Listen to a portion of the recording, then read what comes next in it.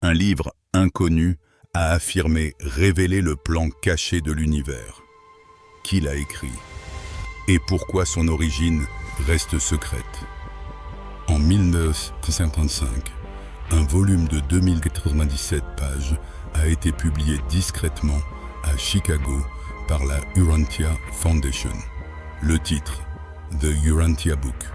Le contenu est présenté comme une révélation transmise durant des séances avec un sujet endormi. Dès les premières deux lignes, l'ouvrage se distingue. Il ne propose ni fiction déclarée ni traité scientifique ordinaire, mais un récit totalisant. Il décrit la structure de la création, l'évolution humaine et une biographie alternative de Jésus. La version officielle parle d'un processus commencé au début du XXe siècle. Un homme anonyme aurait été placé en état de sommeil profond. De cet état surgissaient des messages, rédigés ensuite par une commission de contact. Ces documents furent compilés pendant plusieurs décennies. Aucune identité précise n'a été révélée. Les membres du groupe restaient discrets, médecins et juristes de Chicago. Le livre est divisé en 4 sections. Cosmologie, univers local, histoire terrestre et vie de Jésus. Chaque partie développe un récit dense. Le vocabulaire est technique, parfois proche de la théologie, parfois emprunté aux sciences. Des entités hiérarchisées sont décrites. Ancien des jours, Fils créateur, Esprits mers. Le texte impose une impression d'architecture totale, comme si chaque phénomène de l'univers avait déjà une place dans un système fixe. Le ton n'est pas celui d'un prophète personnel. Aucune signature. Le style se veut impersonnel, presque bureaucratique. Cela accentue le mystère. Un livre massif, sans auteur déclaré, mais rédigé comme un dossier. La diffusion fut limitée. Tirage initial restreint. Pas de promotion publique. Pourtant, ceux qui l'ont lu ont perçu une ambition inédite. Donner une histoire universelle, intégrant science, religion et philosophie. Les chercheurs qui ont examiné l'ouvrage soulignent la précision de certaines anticipations. Exemple. Allusion à l'expansion cosmique avant confirmation généralisée dans les années 1960. Référence à l'ADN comme base de l'hérédité, formulée alors que le séquençage n'était pas encore établi. Ces points alimentent le débat. Coïncidence, intuition ou accès indirect à publications spécialisées. L'autre élément marquant est la 4e partie. Plus de 700 pages consacrées à la vie de Jésus. Contrairement aux évangiles, le récit s'étend sur l'enfance, l'adolescence et des voyages absents du canon biblique. L'ouvrage affirme présenter la version cosmique d'une mission incarnée. Pour ses partisans, cela confirme l'authenticité d'une révélation. Pour ses critiques, cela illustre une construction littéraire sophistiquée. L'émergence d'un tel texte dans le contexte américain des années 1950 ne peut être comprise sans rappeler l'arrière-plan. Essor des mouvements spirituels, confrontation entre science et foi, attente d'une synthèse. Dans cette tension culturelle, le livre d'Urantia est apparu comme une tentative de conciliation, mais en même temps comme un objet déstabilisant. Ainsi, un volume massif, né dans l'anonymat, a posé une question toujours ouverte. S'agit-il d'un message venu d'ailleurs ou d'une construction humaine remarquable? Un document de 1955 ne surgit pas sans racines. Quelle était l'atmosphère intellectuelle et religieuse de Chicago au début du XXe siècle? Dans les années 1920, Chicago est un centre médical et universitaire en expansion. les hôpitaux expérimentent des approches psychiatriques variées. La psychanalyse commence à pénétrer les milieux cliniques, mais reste contestée. Dans ce cadre, surgit l'histoire d'un sujet dormant, un patient anonyme qui aurait produit en état de transe les textes à l'origine du livre d'Urantia. Les premiers témoignages viennent d'un petit cercle, appelé plus tard la Contact Commission.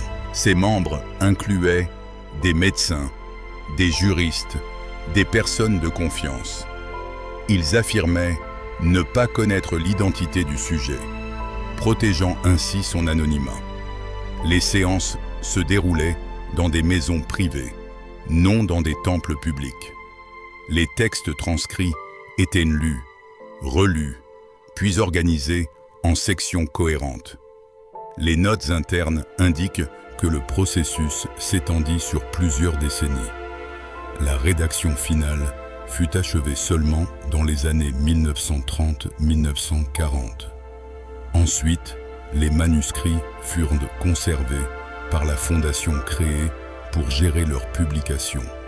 Le caractère clandestin de cette gestation nourrit les spéculations. Phénomène paranormal ou construction collective couverte par le secret. Un parallèle historique peut être noté.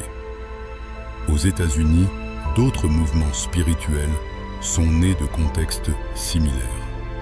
Vision de Joseph Smith au XIXe siècle, mormonisme, message spirit dans l'Ohio, église pentecôtiste fondée sur des expériences charismatiques. Le livre d'Urantia s'inscrit donc dans une tradition américaine d'expériences religieuses extra-institutionnelles.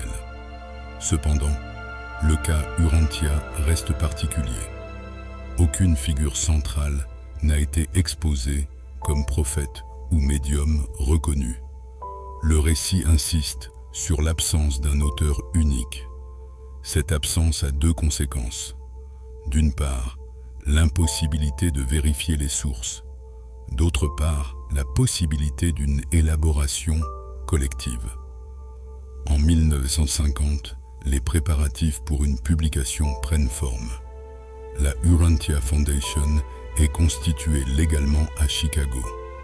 Objectif: éditer et protéger le texte sans commenter son origine. Les fondateurs annoncent que le livre doit être lu comme une révélation et non comme une simple littérature. En 1955, le volume est imprimé. Aucun nom d'auteur n'apparaît sur la couverture. La réaction du public fut presque inexistante. Peu d'articles, silence des grands journaux. Le contexte américain était dominé par la guerre froide, les débats sur le macartisme, l'angoisse nucléaire. Un ouvrage spirituel dense de plus de 2000 pages passait inaperçu hors de cercles spécialisés. Pourtant, ce silence initial n'a pas empêché la diffusion souterraine. Des groupes d'études se formèrent dans les années 1960. Ils lisaient le texte en petits cercles, organisant des discussions théologiques. Certains chercheurs universitaires prirent note, considérant le phénomène comme un cas de nouvelle écriture sacrée. La genèse du livre, entre psychiatrie et spiritualité, demeure l'un des aspects les plus opaques. Était-ce un patient en état de somnambulisme, comme le disent les notes internes, ou bien un dispositif littéraire mis en place par plusieurs rédacteurs cultivés? Hypothèse ouverte, jamais tranchée. Comment organiser un récit censé couvrir l'univers entier? Le livre d'Urantia propose une architecture stricte, répartie en 4 grandes sections. La première partie traite de la cosmologie. Elle présente le univers central, Avona, et les super-univers. Chaque ensemble est décrit avec précision numérique. Milliards de mondes, niveau hiérarchique, ordre spirituel. Cette section établit le cadre global, un cosmos ordonné, peuplé d'êtres aux fonctions définies. La deuxième partie se concentre sur l'univers local, appelé Nébadon. Ici apparaît la figure de Michael, un fils créateur. Le texte affirme qu'il s'agit de l'entité destinée à s'incarner plus tard en Jésus. Cette section vise à relier la dimension cosmique au destin particulier de la Terre, appelée Urantia. La troisième partie est consacrée à l'histoire de notre planète. Elle décrit l'évolution biologique, l'apparition de l'humanité, l'arrivée d'Adam et Ève comme envoyés génétiques. Elle intègre aussi des récits de civilisations disparues et des interprétations spirituelles de l'histoire terrestre. Le ton est celui d'un dossier, accumulant faits et explications. La quatrième partie est la plus longue. Plus de 700 pages relatent la vie de Jésus. L'ouvrage détaille son enfance, ses voyages, ses dialogues. Ce récit dépasse en volume les évangiles réunis. Il présente une biographie continue, sans lacune, du point de vue d'un narrateur céleste. L'ensemble du livre adopte un style uniforme.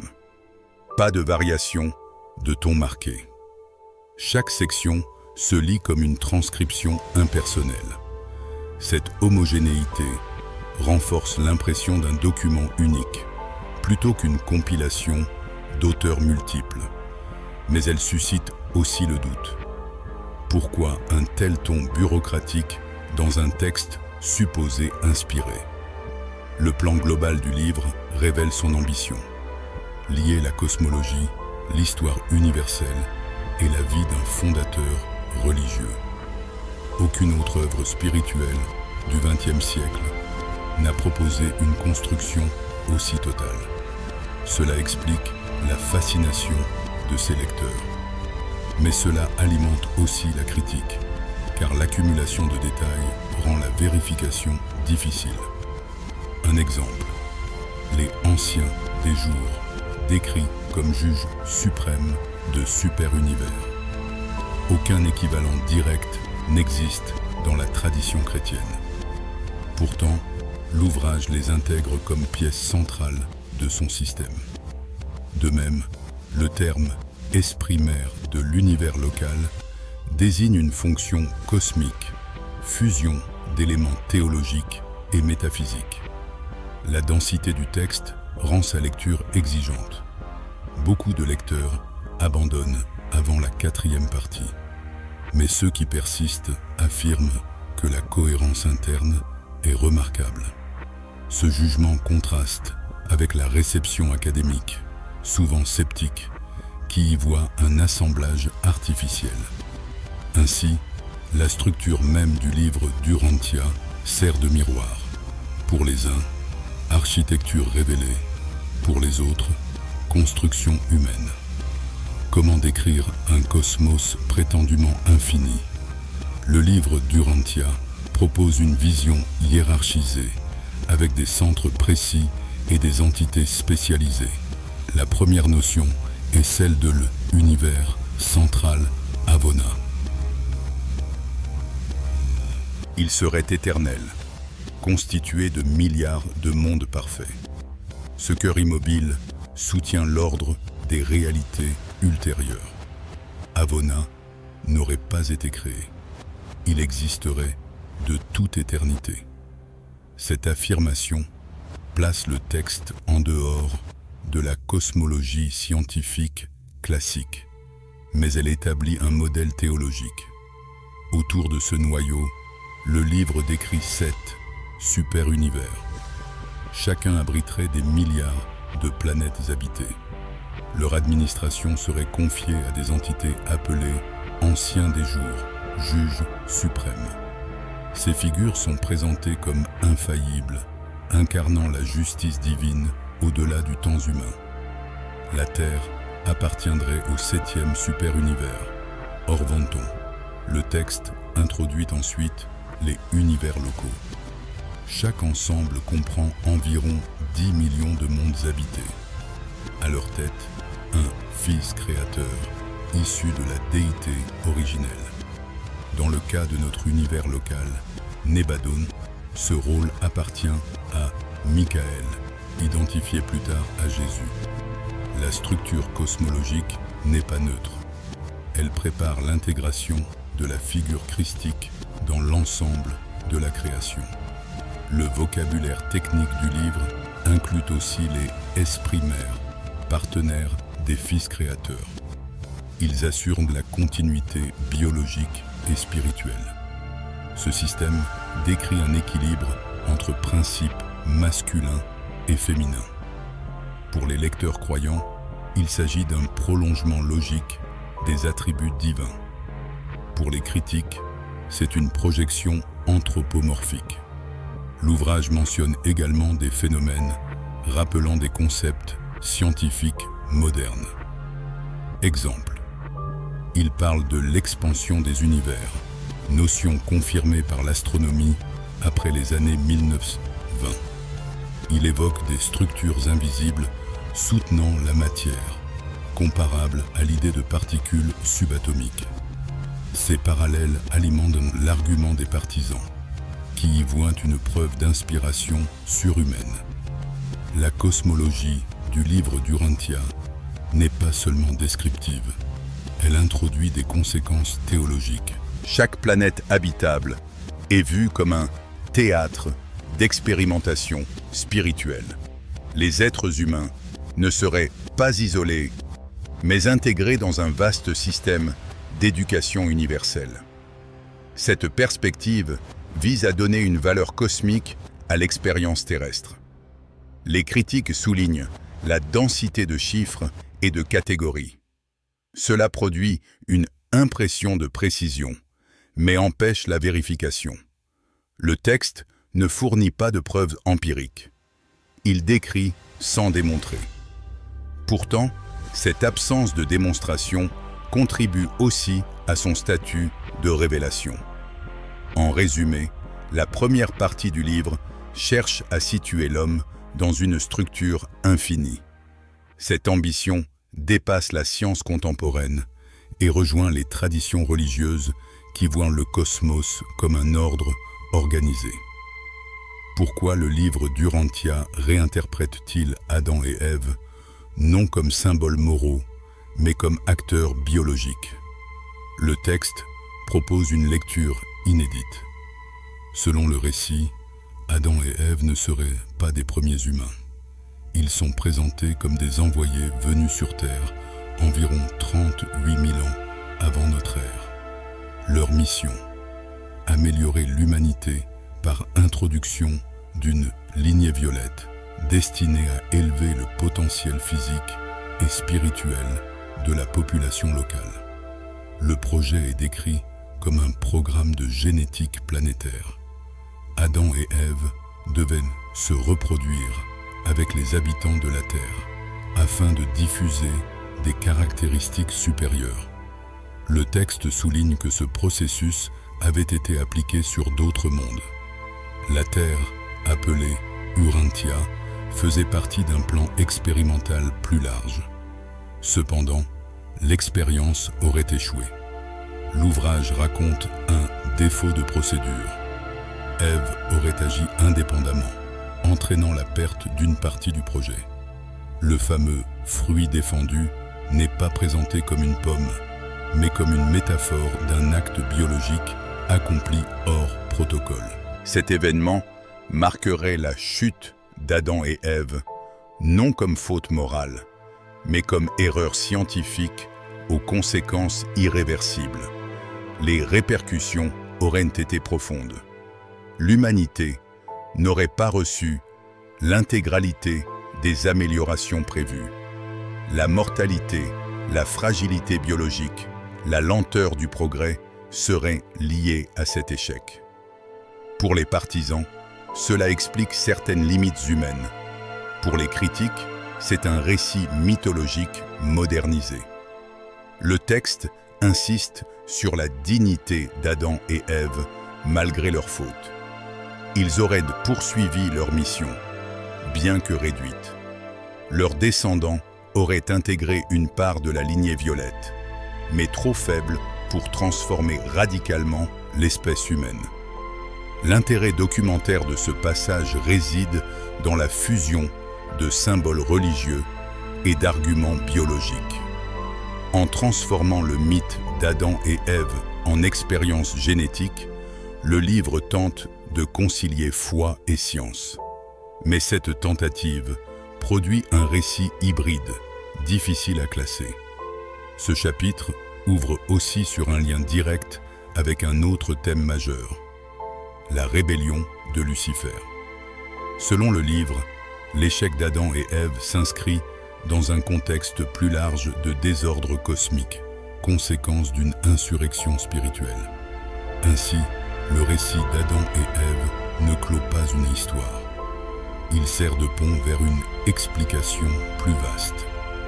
Pourquoi la Terre serait isolée du reste des univers? Comment un événement cosmique expliquerait-il le désordre terrestre? Le livre d'Urantia consacre plusieurs chapitres à la rébellion de Lucifer. Lucifer est décrit comme un administrateur d'un univers local, occupant une fonction élevée.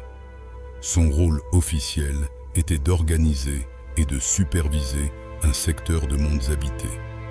Selon le récit, il possédait des compétences remarquables et jouissait d'une grande autonomie. Mais il aurait rejeté l'autorité centrale, contestant le système hiérarchique des anciens des jours et des fils créateurs. La rébellion est datée symboliquement à plusieurs centaines de milliers d'années. Lucifer publia un manifeste contestant la nécessité d'adorer le Dieu unique. Il affirma que les créatures pouvaient progresser seules, sans dépendre d'une autorité divine. Ce texte, appelé « Déclaration de liberté », attira de nombreux partisans. Satan, présenté comme son lieutenant, et Caligastia, gouverneur planétaire de la Terre, se rallièrent à cette cause. Le livre décrit un conflit d'administration. Certains mondes suivirent Lucifer, d'autres résistèrent. La Terre fut entraînée du côté de la rébellion à cause de l'adhésion de Caligastia. Ce choix aurait provoqué l'isolement spirituel de la planète. Les conséquences directes: coupure des communications avec le reste des univers loyaux, suspension des circuits planétaires, ralentissement du progrès humain. Cette explication est utilisée pour justifier la lenteur historique du développement spirituel terrestre. Le texte affirme que la rébellion a été maîtrisée à grande échelle, mais que ses effets persistent sur certains mondes. La Terre serait l'un des lieux où l'impact est encore visible.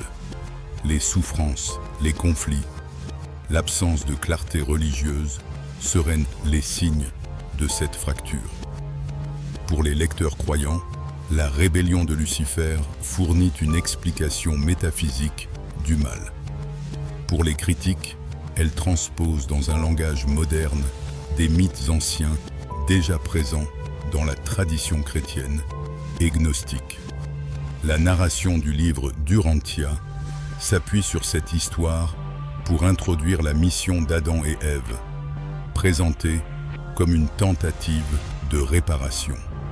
Mais l'échec de leur projet aurait aggravé les effets de la rébellion. Ainsi, la Terre demeure marquée par une double fracture, une erreur biologique et une rupture cosmique.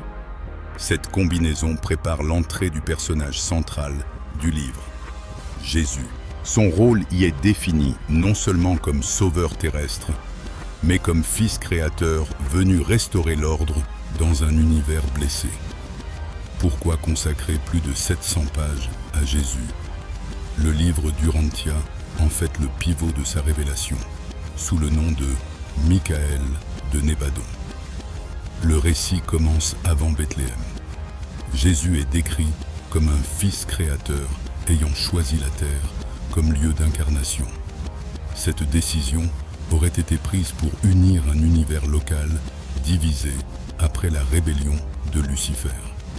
L'enfance, l'adolescence et même les voyages de jeunesse sont relatés en détail, dans un style narratif précis.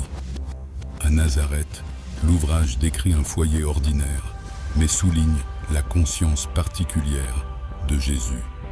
Il aurait travaillé comme charpentier, étudié les traditions juives et observé les pratiques religieuses environnantes.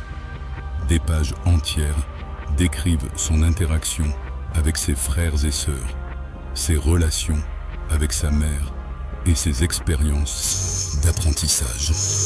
Le livre ajoute des épisodes absents des évangiles. Par exemple, il raconte des voyages vers l'Orient, où Jésus aurait rencontré des philosophes perses et des sages indiens. Ces passages cherchent à montrer une ouverture universelle de son enseignement. Ils suggèrent un contact direct avec plusieurs traditions religieuses, renforçant l'idée d'une mission pour toute l'humanité.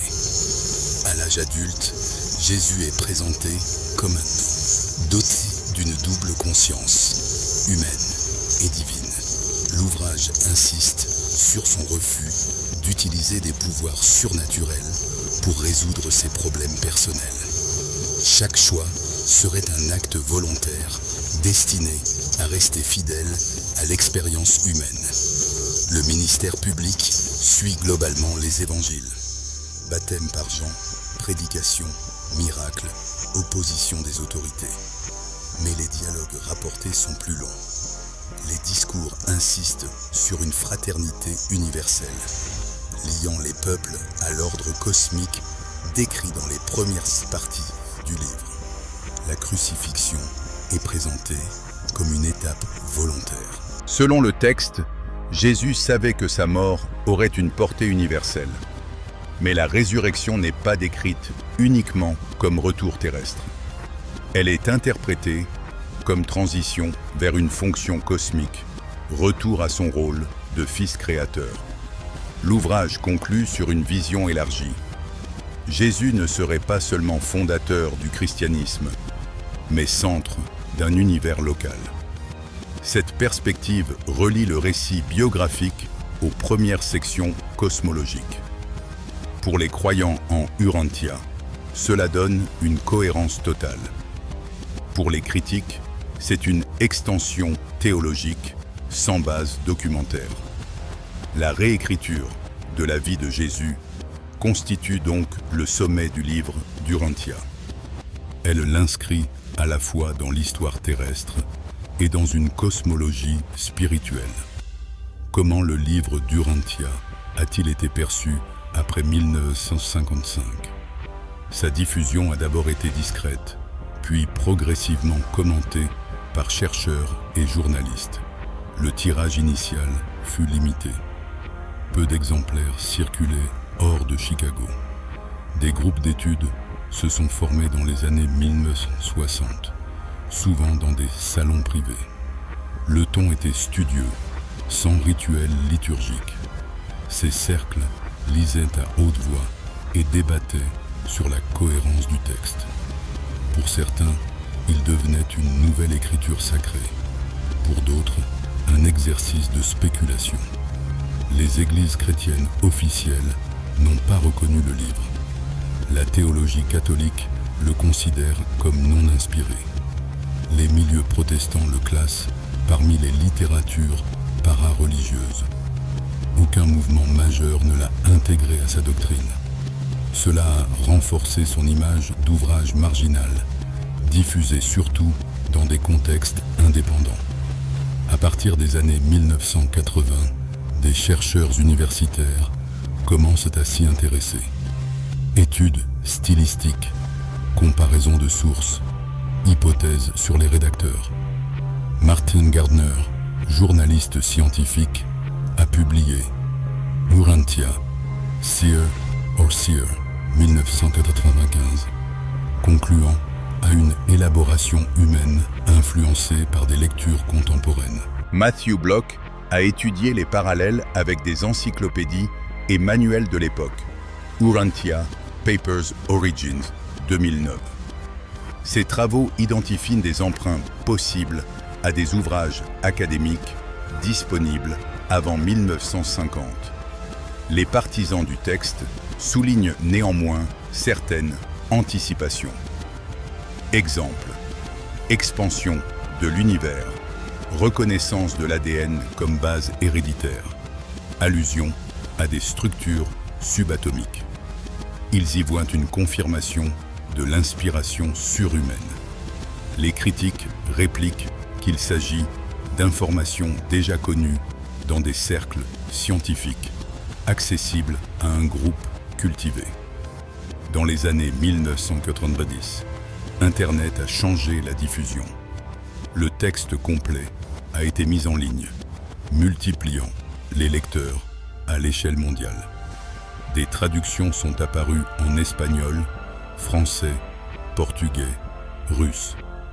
La circulation numérique a permis la formation de communautés internationales sans structure hiérarchique fixe. La recherche académique reste prudente. Le livre est étudié comme un phénomène religieux contemporain, non comme texte inspiré. Il est classé parmi les nouvelles écritures sacrées du XXe siècle. Certains anthropologues y voient un exemple de syncrétisme. Fusion de sciences populaires, christianisme, ésotérisme.